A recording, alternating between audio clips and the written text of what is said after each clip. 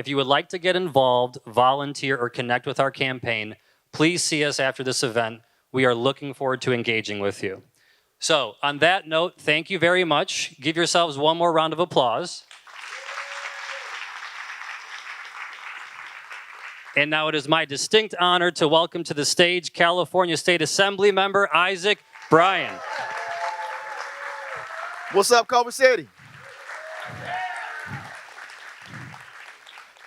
I'm California Assembly member Isaac Bryan. I represent where we are standing right now, the 55th Assembly District. One of the most powerful, one of the most diverse, one of the most important communities in all of Los Angeles and the state of California. From Cheviot Hills to Culver City to Crenshaw and Slauson, we know what it's like to fight for values. We know what it's like to stand shoulder to shoulder in a crisis and step up for one another. And I've got to be honest with you all, we are in a crisis right now. Make no mistake about it. It is a moral crisis in our country. The federal government has weaponized all of its resources against the people of California. They are denying us the wildfire aid that we deserve. They commandeered our National Guard and marched through the streets of our communities, took 24 community members from here in Culver City. And the people have stood up. But now we have to choose the next leader who's going to stand up. And I believe that person is Tom Steyer. And the reason I believe it's Tom Steyer is because I've known Tom for decades. He steps up when crisis calls. I fought side by side with Tom Steyer to end neighborhood oil drilling, and we know about that because the largest urban oil field in the state is right here in our district. Tom has helped lead that fight. He's held polluters accountable. He's demanded corporations pay their fair share. He's pushed for transparency and accountability in policing. He means what he says, and he does what we need. This isn't about campaigning for Tom. It's just who the guy is. And that's special right now because authenticity is missing. We have a bunch of billionaires who are fleeing the state right now because they don't want to pay their fair share. We have a bunch of billionaires who are propping up straw candidates to fight for their bidding at the expense of working people and everyday Californians. That's not Tom. Tom is doubling down. Tom is investing in community. This is a moment when we've got to fight fire with fire, and I believe that that fire is Tom Steyer.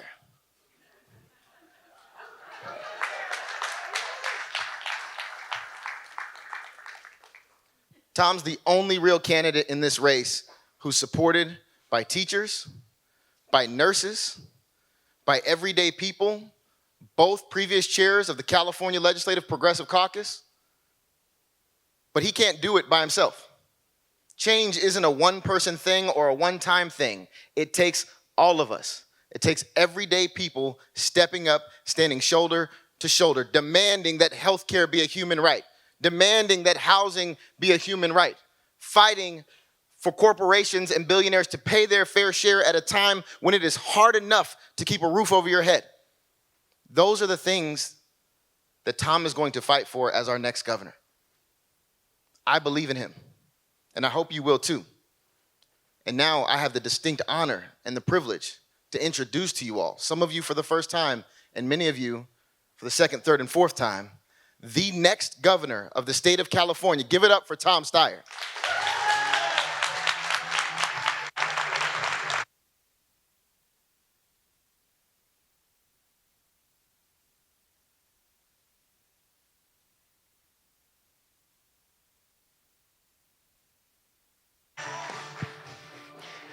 Is Isaac fantastic? Oh my God. Oh my God. Wow. Saturday morning. Wow.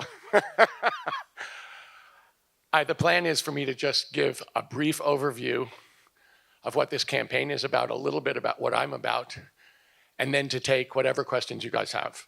And let me say, I love taking questions. I love hearing what's on people's minds. And there are no questions that are off limits to me. Because if we're actually going to work together, be teammates together, be partners together, then we've got to be transparent, and that starts with me being transparent.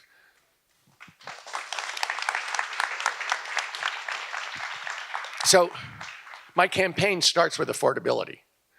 I mean, Californians can't afford to live in California. And that starts with housing, but it goes to healthcare, it goes to electricity costs, it goes to food costs, it goes to gasoline costs.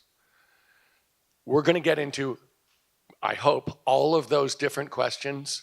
They're all important. But the subtext to affordability, to the fact that people can't pay their bills, is the fact that working people in California have been screwed for about 45 years consistently. And this race, as Isaac said, is going to turn out to be a very straightforward fight between working people and the billionaires and oligarchs who don't want to just affect and impact our politics, but want to dictate our politics. And that's going to be very clear as they pour in independent expenditures to go after working people, organized labor, and dare I say it, me. So let me talk for 1 second about myself, just so you guys get a sense of who I am. Look, in my family, what people care about is what positive impact you have on your community. And that's been true in our family for generations. So I always say my grandfather was a research doctor who never made more than $2,800 in a year because he thought doing medical research was a way to change the world for the better. And let me say, my grandmother hated him for that because $2,800 even then was not a lot of money, and she did not want to live that way. And he didn't care because he felt like, no, this is the meaning of my life. His daughter, my mother, was a teacher in public schools and in prison because her gift was to try and help the most at-risk kids to succeed in their lives. My dad was a Navy vet who prosecuted the Nazis at the Nuremberg trials after World War II. If you know my brother Jim, which I hope you don't for your sake, he has been an advocate for at-risk kids since he was in high school. He graduated early in high school to go and help my mom teach in the public schools. And my wife, Kat Taylor, has been an advocate for economic, racial, and environmental justice. I said one time for 50 years, and she goes, that's not true, 60 years. So that is how I grew up. And I am a completely weird person in that family because I started a business. No one had ever started a business or thought to start a business. I started a business, it went really well, and I walked away from it 14 years ago because I wanted to do what my family believes is important, which is actually to show up for the society, to give back to the society, to be able to look and say, we left the campsite better than we found it. And for the last 14 years, that's what I've been doing full time. And what does that look like? Part of it is taking on funded corporate interests who are ripping off Californians. And people don't like to do that because funded interests have a lot of money by definition, and they go after the people who do that. But we beat the oil companies, the tobacco companies, and out-of-state companies who weren't paying their income taxes fairly in the state of California. We did it at the ballot box, and every time people said we couldn't win. And let me say, as running for governor, I'm going to take on explicitly those funded corporate interests who are ripping off Californians.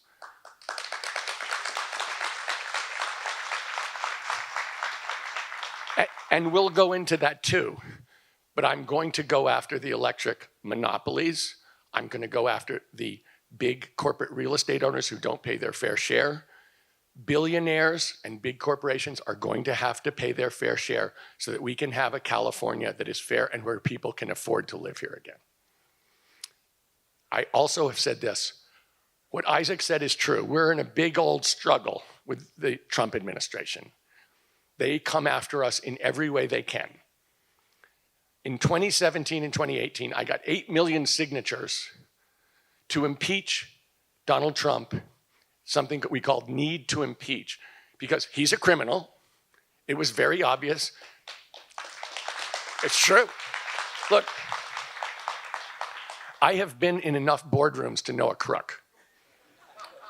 It's not hard to figure out that, oh, that is a crook. The Democratic Party hated that I did that. They basically told me in these words, we know how to handle this guy. You're making a trouble for us. We need to preserve the norms of democracy. And I was like, with a crook? There are no norms of democracy with Trump. I was a big proponent of Prop 50 to do the redistricting. Because we can't play with this guy by the old rules. We've seen what's happening when we play by the old rules. He's trying to use the processes of democracy to destroy democracy. And we need to stand up to him, and we need to be ahead of him, and we need to be smarter than him. So let me say this. There are going to be people who are going to come after me, and when they're coming after me, they're coming after you too. And those are going to be utilities, corporations, billionaires, and they all have a lot of money. But there are people on our side too. Just as Isaac was saying, there are school teachers.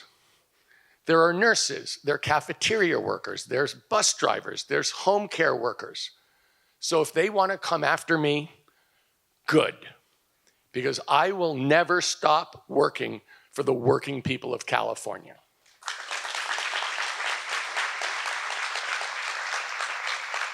So that is my preamble.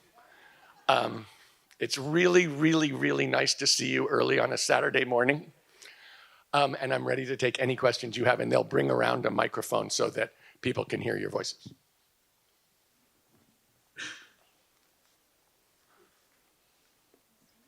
I'm gonna hold the mic for you.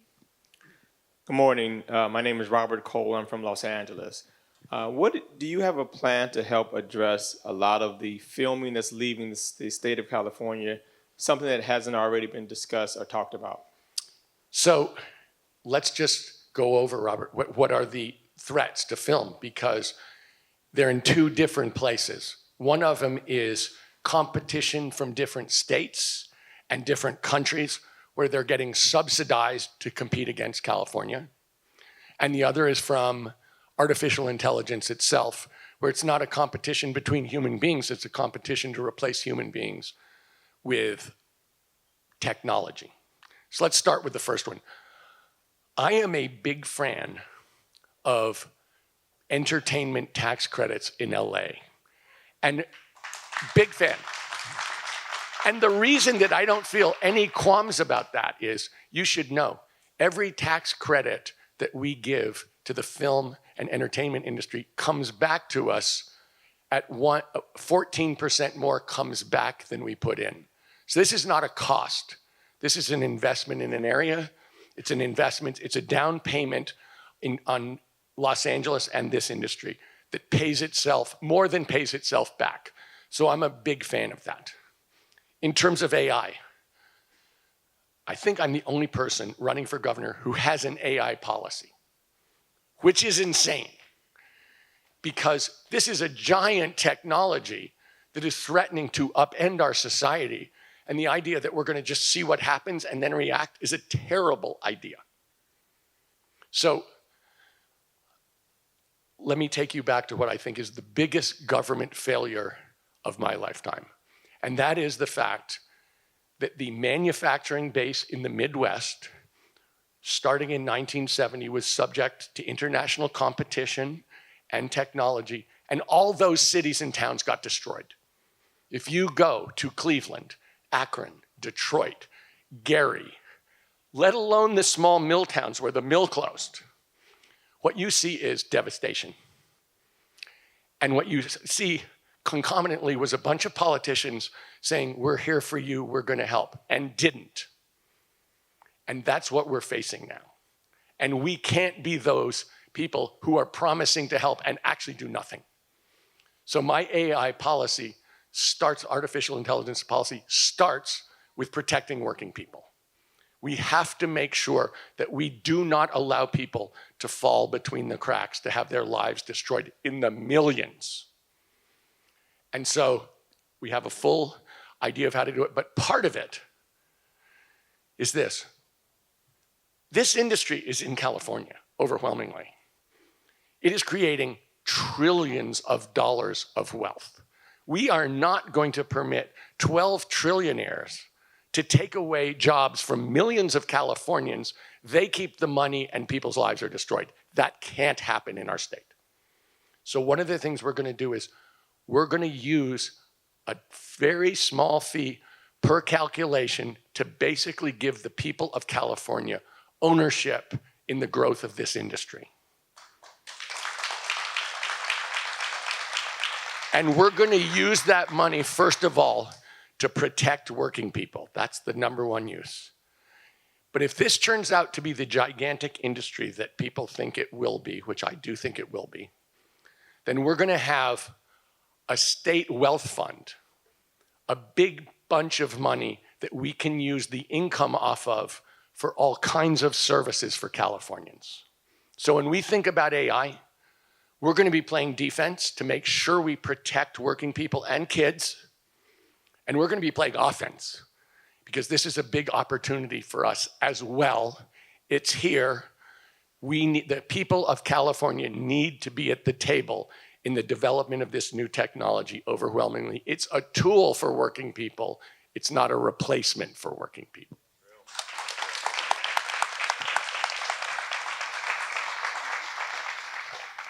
Thank you.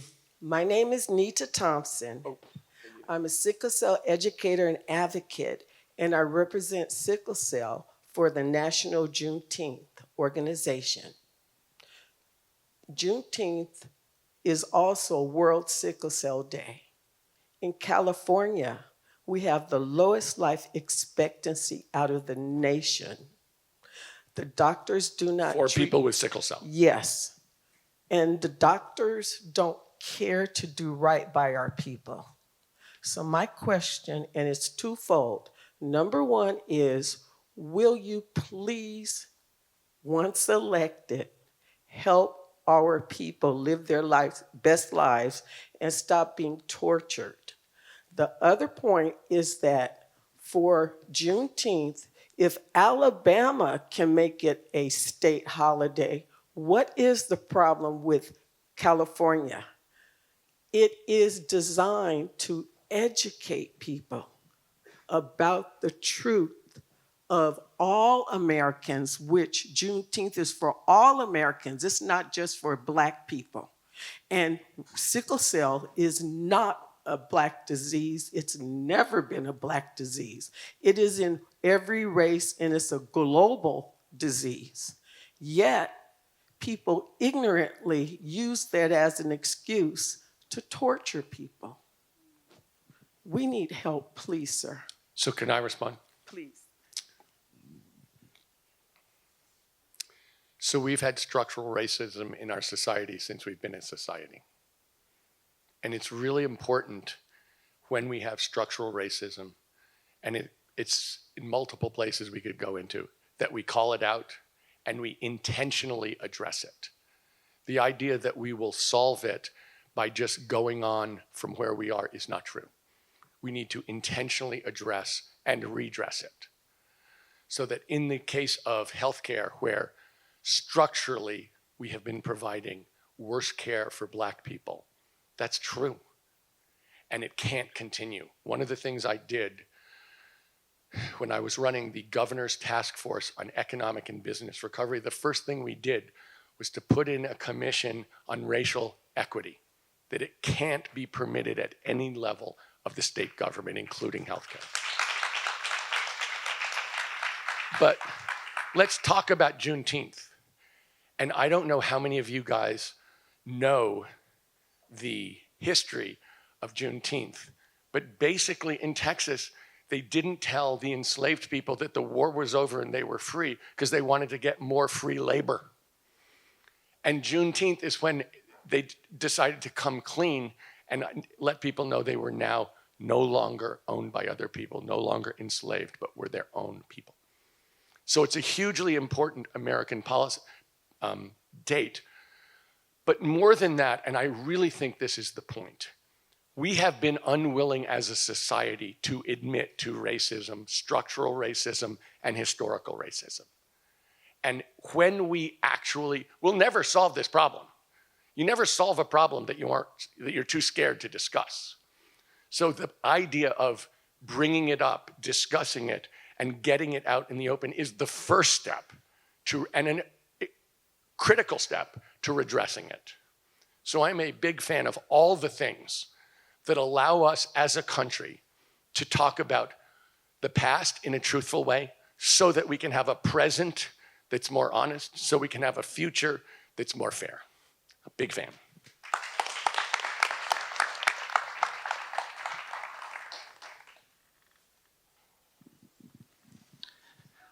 Hi, my name is Aaron. I'd like to follow up on the entertainment industry question because I work in post-production. I see all of the subsidies that are put into productions going directly to the top, to the corporation, to the studio corporations. And there's no tie between the tax subsidies and the working people. And it's based on the overall spend of a production, which could be all sorts of things. And I'd love to see it tied back to the number of people hired in certain areas. I'd love to see a more comprehensive policy that brings that money to the working people as opposed to just subsidies just to get something here to say we did something to bring production back. And post-production, can't forget about post-production. So the money goes to the people and not to the corporations. So, Aaron, let me make a couple of points. One is I was under the impression that the way it got paid, and I could easily be wrong, that it was done according to how many working people were on a production. But what you said was actually the way it gets distributed could be completely different from that. Yes. So let me say this as well. God is in the details. You know, you can be right at 30,000 feet and wrong at 1 foot. And so what I would say to you as governor, what I want to do is to make sure in all of these areas that in fact we're being informed by the people on the ground. Because accounting is boring. It's very boring and very important. And what you're talking about here, at its bottom is an accounting problem, a numbers problem. And we have to God is in the details.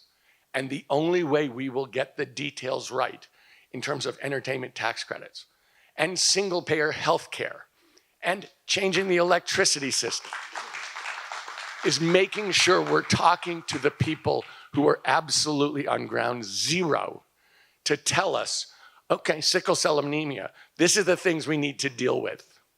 And that's what I intend to do. And that's why, look, Isaac said it, but it's the truth. Nobody is solving these problems. A coalition of people can solve these problems. Everybody together can admit what we're trying to do and solve these problems. And that involves a lot of transparency, a lot of information back and forth, and a lot of trust that we know where we're trying to go, and we need the information to make good decisions, and that means talking to the people on the ground.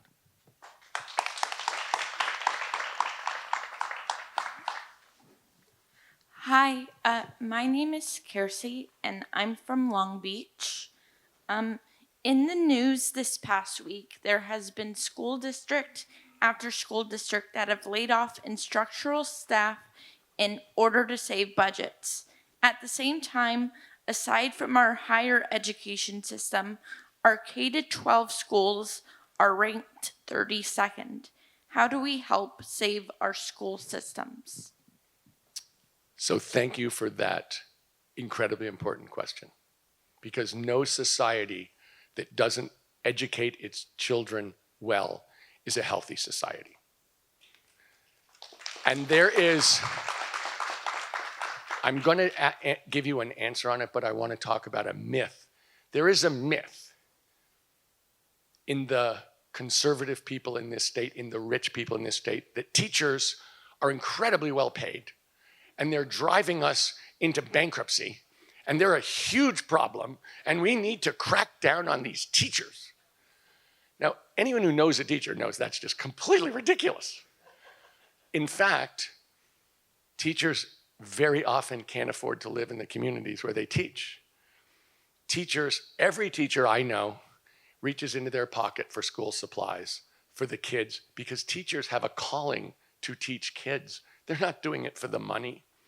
And just to be clear, on a cost-adjusted basis, we spend per pupil 31st out of 50 of the United States. So the idea that we're so profligate spending so much is not true. Okay, so let's first talk about money. I'm saying we're going to close a corporate real estate tax loophole that's been here for over 40 years, that is completely fair, and it's worth $22 billion a year to the state of California. And half of that is going to go to education, just so you know. But let's talk about part of the reason why we are so underfunded in education. We used to be the #1 education state in the United States of America. And we're also the #1 payer. And why did that change? It changed because we're no longer collecting money at the county level and the city level to pay for schools. And so it is going to be critical, first of all, that we fund the schools. And the other issue in our budget that we should talk about, it's very, very important for schools. It's very, very important for every other issue in this state, is that healthcare is escalating in cost. It's for 40 years by 6 to 8% a year. It is eating every family here. It is eating every business here, is eating the state, and it is eating our education budget. So that there's a law that determines what percentage of the revenues for the state of California goes to education, Prop 98. They're not living up to it. They're robbing the schools because the demands from healthcare are so great that they say, we'll pay you back this money next year, but they keep saying it, just so you know. So when we think about how we're going to pay for the schools, yeah, a down payment is closing this tax loophole, this corporate tax loophole, which I've said I'll call a special election on day 1 to do. But the second, excuse me? Okay, here's the loophole. Prop 13 was about people paying their property taxes based on cost, not on value. And the reason people voted for Prop 13 is, I always say, we don't want Granny to get thrown out of her house. She's owned it forever. She cannot afford property taxes based on the value of her house, which has gone up so much because people love California. And therefore, she's going to pay based on cost with a very small escalator. But they also made it for corporate real estate holdings, which makes no sense. That is a business where the income is coming in from rent and from all the other things that people do to use buildings for to get paid for it. So it's not like Granny who has no income. This is a business, and being taxed fairly on a business is fair. So it's a loophole. It makes no sense. And therefore, we're going to close it. But I want to say one thing about healthcare. We're the only state in the entire country that doesn't charge corporations and for-profit real estate a higher tax rate. That's what we're doing. That's what I'm talking about. Yeah, that is it. Look, and people are going to hate me for this. No one, you guys, I asked everybody else running for governor to sign on to this. Every single person. Ofer, bagel, goose egg, nobody. Some people came out against it. Yes, we're in a fight here. You are going to say something, I can tell. First, introduce yourself and get a mic. My name's and I'm actually running for mayor of Los Angeles this year because this is my home, and I was born and raised here, and I love this city with all my heart, and I've seen it decay. And I go down our biggest streets, and I see that these places, these storefronts are all closed, right? Because they're charging so much for the rent, and the landlord doesn't have to pay anything on those spaces, right? Because the property tax is 1%, and they're taking that money and they're just investing in the asset without paying any taxes on it, right? And so if we increase the property tax on just the commercial, we can get these places that are not being used now an incentive to get those landlords actually putting those places to use, getting those people into those properties, right? So that we can actually have people and businesses on our streets working and actually accessing the economy. And I think you're one of the first candidates I've heard talk about this because we're the only state that charges the same low tax rate. Like, look, residential, you guys should pay a little tax, but corporations, for profit, they should pay their fair share. I just want to say thank you. Way to go. Thank you for that. I know we'll get to it, but I just want to say up front, the fact that healthcare is growing so fast is eating us. It's going to continue to eat us unless we do something. And the only thing that we can do is do single payer healthcare. Only thing. And let me say this, it will take us at least 3 years to get it done. The old saying, when is the best time to plant a tree? It's time to plant a tree. Today. And that's the truth about we should have done it 20 years ago, but we didn't.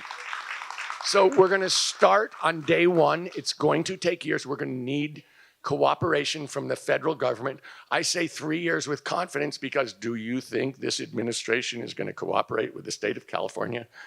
I don't think so either. But we need to do it because otherwise healthcare will continue to eat everybody in this room and the government of the state of California. Is this on? Oh, good, Tom. Dwayne Wyatt, I'm in the Crenshaw district, and I'm a big supporter. However, I've heard many of your detractors state that you invested in private prisons. I'd like you to speak to that. So I ran an investment business, and we invested in a lot of things, and I made a mistake, and we did invest 22 years ago in the public stock of a private prison company. And over 20 years ago, I realized it was a mistake and sold it. But I also want to say this, it was a mistake. We got it wrong. It was also a wake-up call to where I was, because I was in a business where I was inevitably going to be judging things too much in terms of money and too little in terms of impact. And that's why I left.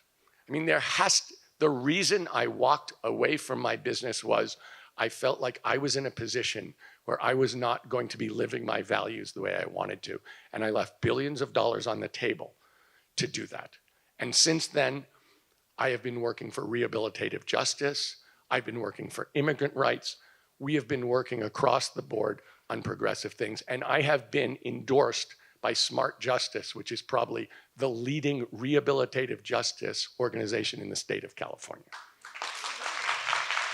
But let me say this. I want to put this in a context.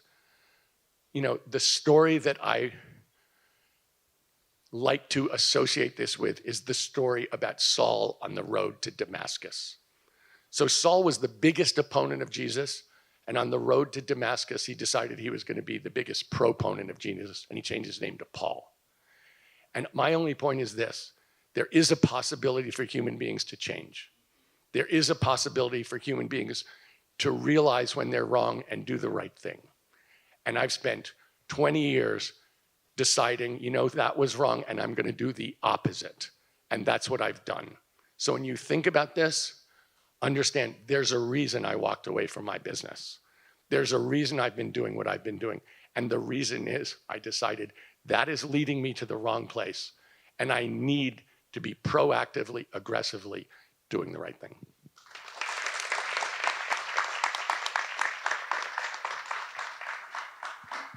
Is this thing on? Can everyone hear me? All right. Good morning, Mr. Steyer. My name is Dwayne Paul Murphy, and I'm a resident of the San Fernando Valley. And my question is an educator-related question in terms of improving our curriculum. I wrote it down. Do you think that Model United Nations, mock trial, speech and debate, public speaking, and Model Congress should be mandatory and incorporated in social studies and social sciences curriculum within all public schools, colleges, and universities statewide? And the reason why I asked that question, when I was in high school, I did Model United Nations. I did Junior State of America, which is no longer in existence. I know people who took public speaking courses and speech and debate courses in colleges, whether it's public or private colleges. And I personally believe if that is incorporated in the curriculum from high school all the way up to college, I don't care what you do in your life. I don't care if you end up as a business person, an athlete, real estate, a small business owner. If people take these courses and know how the system works, I think our democracy, especially at the state and local level, could be a better place. So I'm not sure exactly how to implement that, specifically what courses, but I think it's very clear for us to have a functioning, successful democracy that people are taught about the laws and values and history of the United States. And I think what we're seeing right now across the United States is a bunch of people who are very divorced from what this country stands for traditionally, for the values that have built this country, for the sacrifices that have built this country. And in fact, the question about Juneteenth is a perfect example of a chance for us to actually change the way people understand what we've done, but to make clear, if we don't have an informed, educated electorate, we don't have a democracy. And that's a critical issue for us. And I absolutely believe we should be requiring that learning in our schools so that the people can make good decisions at the polls. And I will say that is the job. I know that's not the way the job is being done right now, but that is the job of the media, is to be clear, is to tell the truth so that Americans can judge the facts and make good decisions for themselves. And to the extent that changes, and obviously there's a huge attempt by the richest people in our society to buy up all of the media outlets. We're seeing it, obviously, right now in Los Angeles, California, to buy up every information source and distort it. And that is going on in our society. It's a huge issue in our society, and having informed, educated people voting is a critical part of good democracy, of successful democracy, and opposing the fascism which we're clearly being threatened with.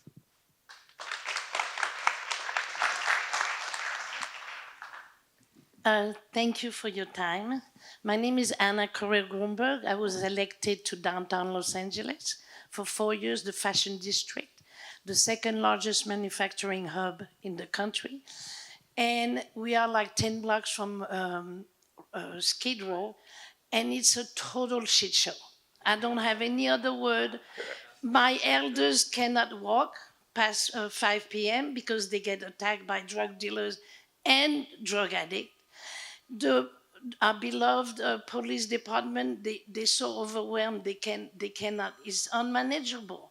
We need your help, so that's why this morning I took 4 buses and walked for an hour to get here, for the environment. I'm 70 years old, I'm not good, but the walking does it. But first of all, thank you for coming in the race, because we need sanity and we need somebody who knows how to run a fucking business. Excuse my French. Because it's catastrophic. We job creators. We made movies like Sister Act 2, Deep Cover, Hoodlum, Predator. We create jobs. The combined gross of our film work is $4 billion. We have created jobs in this city for years, but it's such a shit show, we need help. Thank you for your time. So, I want to address that because it is actually a critical question. And if you think about successful societies and successful cities, they have to be safe and people have to be able to enjoy them. If you think about whatever city it is you like to go to, by definition, it's fun to walk around. And this is a city, we are the Rainbow Coalition, which means we have a chance to be the most interesting place in the world. And in order for that to be true, it has to be safe. And what I'm talking about in terms of zoning is to zone in urban areas around public transportation so that, in fact, we can have the walkable cities that people actually want. And in order for that to be true, they have to feel safe walking down the street. Great urban places, by definition, are walkable, or you take public transportation. I know, but here's my point. Homelessness is cruel to the homeless people, and it's very, very damaging to the communities in which they're living. And we have had a policy which has not enabled us to take care of the people who are unhoused and to have the urban areas be safe for people to walk down the street. So, I have felt for a very long time that the hardest thing about homelessness, only 1 in 7 people who get on the street have a mental health issue, either bipolar or some sort of substance addiction. But being on the street is so damaging, so dangerous, so stressful that everybody is upset by it. So the most compassionate thing we can do is to keep people off the street. That's number one. And keeping people off the street is by far the best thing. And by the way, the fastest growing homeless population in California is over 65. It is people who cannot pay rent and cannot keep their house, and they are going on the street. Keeping people off the street is number one. Number two is getting people off the street as fast as possible because being on the street is so destructive. And we have a policy right now that is aiming at permanent housing. It takes 7 years. It's incredibly expensive. But that means you're exposed to this for 7 years. And by definition, that is something which is incredibly destructive for everybody. So I am one of the people who's a gigantic fan of emergency interim housing to get people into a place where they want to go and get them into a safe place and also take back our cities. And so that is being tried around this state successfully. God is in the details in every specific area, but we need to do it. We need to use public land to do it. We need to use all the places this state controls but doesn't use to do it. And we need to provide something that people who are unhoused want to go to. All of that is possible. We need to have a different, the old saying, insanity is doing the same thing over and over and thinking you're gonna get a different outcome. We gotta change. We've had a long time of failing at this. How about if we do something new?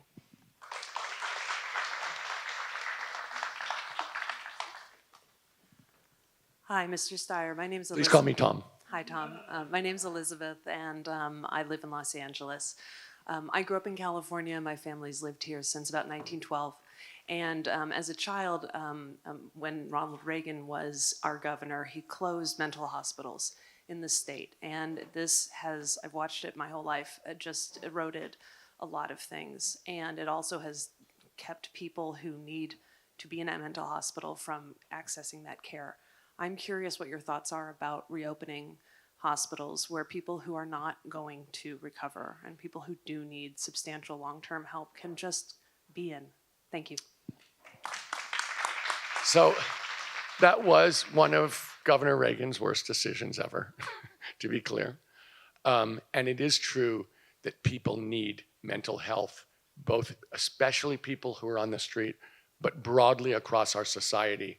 We are not providing the mental health support that young people need, for instance, but very broadly across our society. And in this case, being on the street is so destructive that the number of people who need it is very high. In answer to your question, I think the first move is going to get people into these emergency interim housing situations where there will be mental health support, where there will be people to make sure that it's safe for everybody there, where people will have a key to their room. But long-term, we absolutely have to be willing to take care of people who otherwise cannot take care of themselves and make it possible for them to, as much as possible, be reintroduced into society and go back to being productive. Yes, we will definitely do that. Right behind you, on your right. Hi, Tom. Nice to meet you. My name is Diego. I grew up here in Los Angeles. I'm a UCLA student, actually. And my question for you is, you talked a lot about investing in public education, and I want to ask you about California's public higher education systems. So how will you approach appointing members to the UC Board of Regents, and how will you ensure that the UC and our higher education systems are committed to expanding opportunity for millions of Californians? So let me say this. California has the greatest higher education public system in the world. The world. It is true. And if you want to know why we're so good at technology, that's why. It's the public education higher ed system that spews out great people and attracts great people. So obviously Trump wants to destroy it, right? Because it's really good and therefore he has to attack it. So they're private research or public research universities do two things. They do research and they educate kids. They're separate. I mean, the professors kind of do both, but they're separate. So let's talk first about the research. The research coming out of the higher education universities in California is unbelievable. We should support it. It's a great investment for the state, it's a great investment for the country, and it's a great investment for the world. And the idea that Trump is trying to cut it is insane, literally. And especially now, with artificial intelligence and CRISPR technologies, I don't know if you guys are familiar with CRISPR, we can change the world fast in a really good way and solve diseases that have existed for as long as people have existed in the next 5 years. So it's incredible. But the other thing, I completely agree with this, is we need to educate more kids. And we need to do and I will say, I don't know the numbers. I think the numbers are similar at UCLA, but I live in NorCal, so I know the numbers at Berkeley. Berkeley's gone from 20,000 undergrads to 35,000 undergrads in the last 10 years. They are taking seriously the need to take in more kids. And that's my attitude about the UCs, about all these systems. It's like, you know what? We need kids to be able to go there. We need kids to be able to afford to go there. And that's how we build. That's not the only way, but having that system is part of the secret. And let me say one other thing. We have an amazing community college system in this state. And let me tell you a story about how I think about that, because I do totally believe in supporting higher ed, but I want to talk about community colleges for 1 sec. So I have this friend who is a legislator down in the Coachella Valley, representing some of the poorest people in the state. And I said, where'd you go to school? He goes, I went to community college, and then I went to one of the UCs. And I said, how long did it take you to get through community college? And it's a 2-year gig, right? He said, don't make fun of me. It took me 5 years. I said, okay. He said, that's really where I learned to read and write. That is the place that turned my life around. He's an incredibly outstanding person. Spanish was his original language. And I understood that was the thing that gave him the springboard to go to a 4-year university, to get a law degree, to be one of the most effective legislators I have ever met in the state of California. That is a system. It's the whole thing. It's the UCs, it's the CSUs, and it's the community colleges that give our kids a chance. And the idea that we wouldn't support those is insane.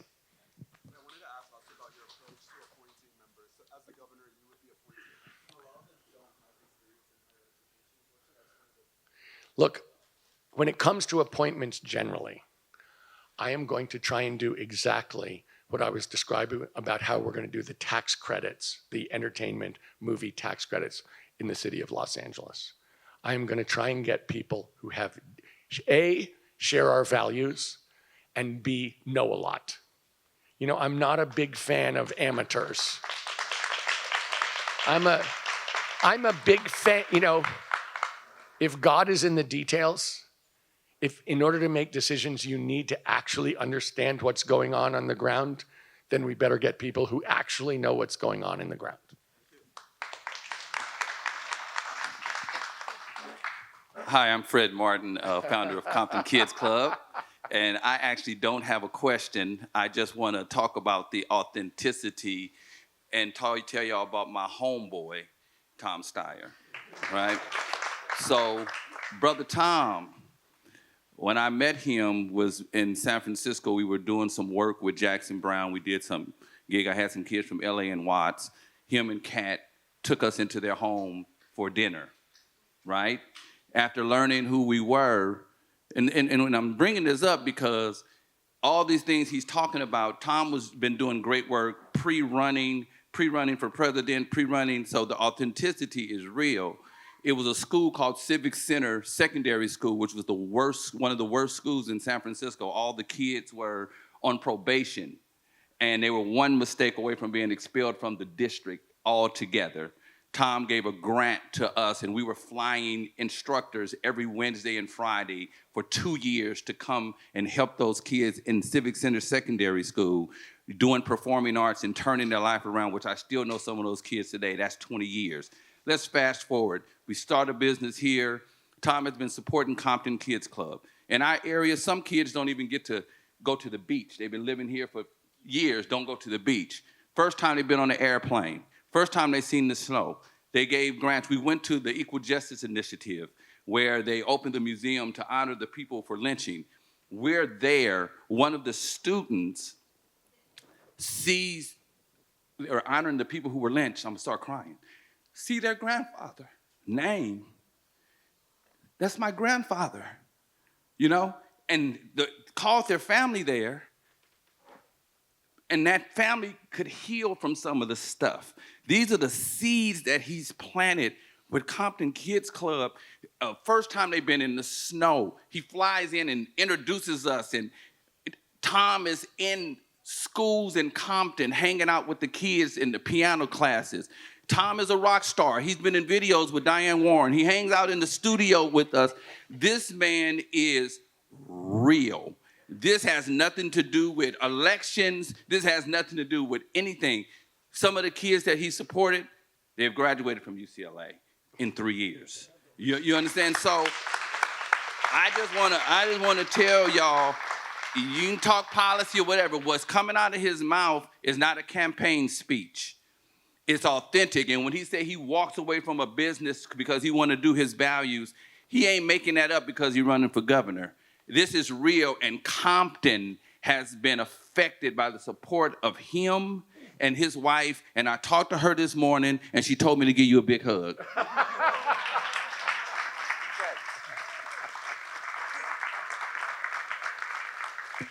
You guys, let me say something about Fred Martin, which is this. I don't know if you've ever heard the Compton Kids Club sing. Fred has trained them. How many years is it?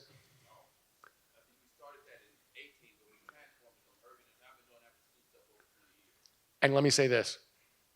I mean, he is a great teacher, but these kids are incredible. You should know. If you've ever heard them sing, it's like, oh, they are really, really good. And they represent Compton really, really well because they're special kids.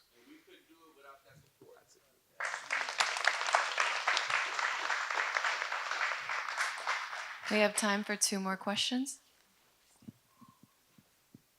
Hi, Tom. I'm Deborah Olson from Beverly Hills originally. You know, I've been hearing you on TV so much. Sorry about that. No, I love it.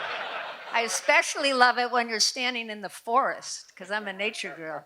But I keep thinking, who is this guy? You know, because you speak my language. And my grandfather was governor of California in 1939, Culver Olson. Wow. 87 years ago. Wow. And he fought for universal health care to get rid of the oil companies. He fought Standard Oil. I mean, I'm doing a documentary on him now because I want my grandkids to see how amazing he was. The Republicans have done a damn good job of keeping him out of everything, you know? Anyway, so I'm just telling you, I love who you are. Thank you. And you got to win. But wait, I want to say one more thing. I was watching Bill Maher last night. They had the head guy of Goldman Sachs on and everything. And at the end of all of it, they were saying, how the hell are we going to get rid of Citizens United, which is what caused all of this? Look, the money in Citizens United was the Supreme Court decision that basically said, spend what you want, take it over if you want. There are no limits on money. And that has been the start of a huge slide in terms of American democracy, which we are going to see in bright living color this year.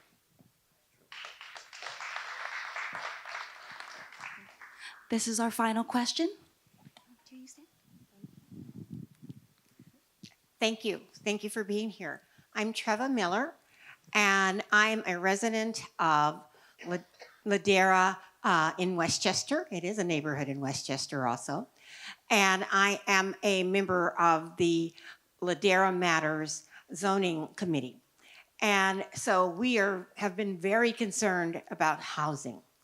And I really love in your commercials when you're talking about what you're going to do for housing, because the Sacramento legislature and the government there has not listened to us. If you are middle class, or working class, or a retired senior who is on a pension, you are left out of this affordability equation.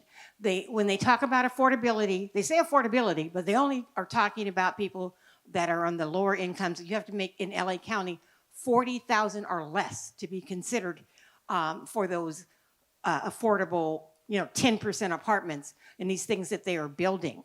They're mostly market rate, And what we're seeing in our community is that the people who are working class folks and those seniors and the disabled veterans like my brother that are living in the rent-controlled apartments are being displaced. They're being evicted so that they can build these new apartments where there's only 10% or less, supposedly, for affordability, because of the fact that with their pensions, they make more than the $40,000. At our neighborhood council, which was the neighborhood council of Westchester Playa, a couple years ago, they talked about a teacher who was a retired teacher, had lived in her duplex for 23 years. She got an eviction notice so that they could build one of these monstrosities.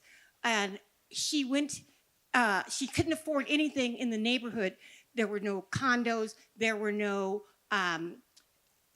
townhouses where she could go and still stay in the community. That woman went into her garage and hung herself.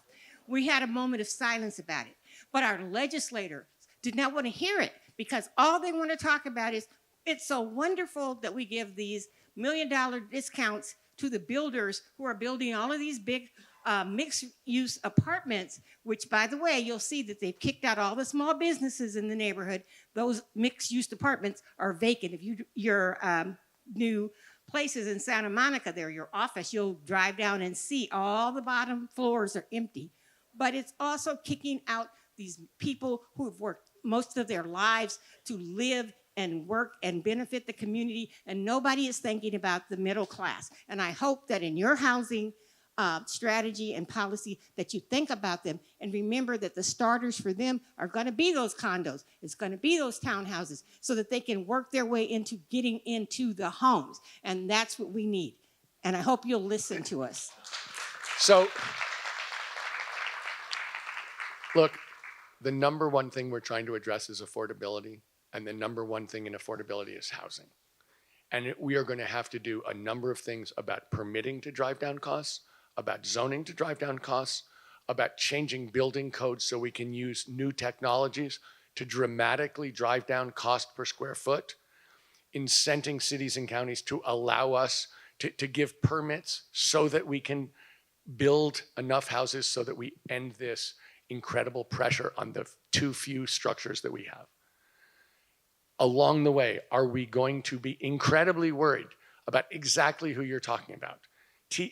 Employed people who cannot afford to live in California, cannot afford to rent an apartment, cannot afford a down payment on a house? Yes. This is the issue for California right now. It is affordability, and it starts with housing, and it's the biggest issue we have right now. Promise. But I know that was the last question, but I just want to say one thing that doesn't get said, in my opinion, nearly enough. We have real issues in this state, and I know that. We have real issues about affordability. We have real issues about being able to pay the workers in this state enough. We have real issues about democracy because of what's going on in Washington, D.C., and no one ever talks about it, but we've got a huge environmental issue about the fact that the planet is heating up faster and faster and putting us all at risk. But let me say this too. We're the richest state in the richest country in the history of the planet Earth. We have an ability. This is the shared prosperity tour. And I mean both words. We have an ability in the state of California, if we get this right, to produce a society that is better than any society in the history of the planet Earth. We have an incredible group of people who live in this state. We have the most diverse people. That is totally fantastic. We are a technology leader. We're an entertainment leader. California is the place that invents the future. We can never stop doing that.